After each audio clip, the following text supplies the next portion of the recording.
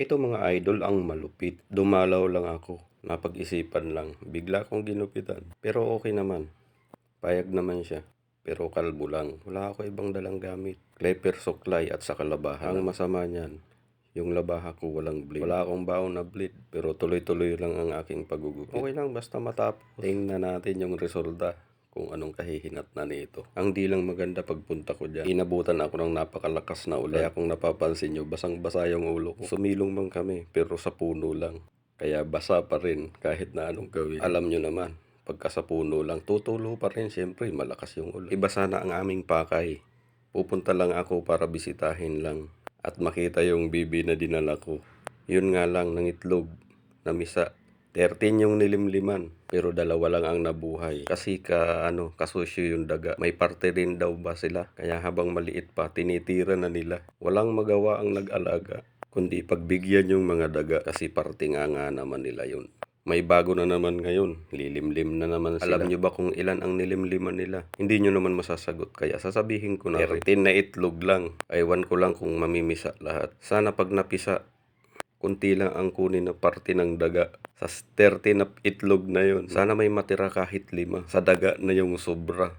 Dahil nagrereklamo na yung nag-aalaga. Matakaw daw masyado sa pagkain ang bibi. Ang sabi ko naman, okay lang yan. Pagka lumaki naman yan at pwede nang ihawin, pwede mo na rin ibenta. Magkakaroon ka rin ng pera para ibili ng patuka. Patuka ng alaga, hindi patuka ng bibig ng tao. Baka ang iniisip nyo ibang ibig ko sabihin ang benta. Baka mapunta lang sa tuma. Pero pag may sobra, pwede na pang tuma. Unahin muna ang patuka para mabuhay sila ng maayos. Nang sa ganun, pwede nang maibenta. Pag naibenta, may pera. Matutuwa ang asawa. Huwag puro hingi ng pangtuma para matuwa naman ang iyong asawa. Nandito na nga pala tayo sa parte na ito. Naghahanap na ako ng blade na wala naman pala ako dinala. Akala ko mayroon akong dala. Minsan kasi nasa wallet lang. Ang problema, hindi ko dala yung wallet. Kaya ito ang resulta. Naghahanap ng blade na wala namang makita. Pero tuloy ang ating beda. Pipilitin mag-ahit na wala ng bandang huli. Ang nangyari, wala nang ahit. Kinising ko na lang ng aking clipper para malinis na malinis.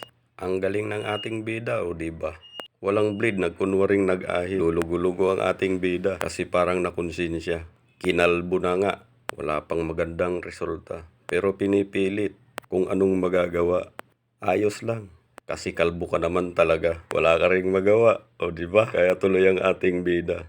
Bida sa pagugupit, bida sa kwentuhan, bida sa pabida-bida. Totoo naman ako ang bida. Dahil tayo ay matatapos na. Pag dumaan sa wall nyo ang itong bida na ito, baka pwede naman, papalo and share naman. Comment na lang kayo dyan sa comment section para ako naman ay masaya.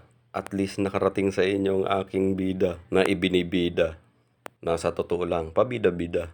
Hanggang dito na lang ang iyong bida. Basta singgunding gala, i-share nyo lang, i-follow nyo lang. Maraming salamat. Bye-bye!